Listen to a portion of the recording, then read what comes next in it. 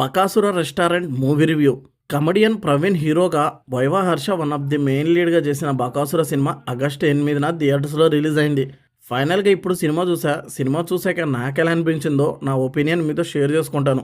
ముందుగా ప్లాట్ విషయానికి వస్తే, మన హీరో ఒక సాఫ్ట్వేర్ ఇంజనీర్. నలుగురు ఫ్రెండ్స్తో ఒక రూమ్లో ఉంటుంటాడు.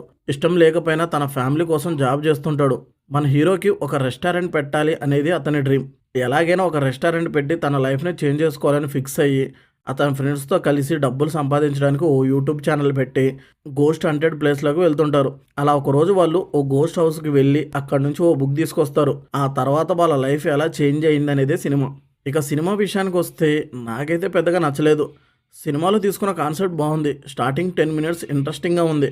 ఆ తర్వాత నుంచి మెల్లిమెల్లిగా ఇంట్రెస్ట్ పోయింది. ఈ రకమైన స్టోరీ అండ్ స్క్రీన్ ప్లేతో ఎన్నో హారర్ సినిమాలు చూసాం.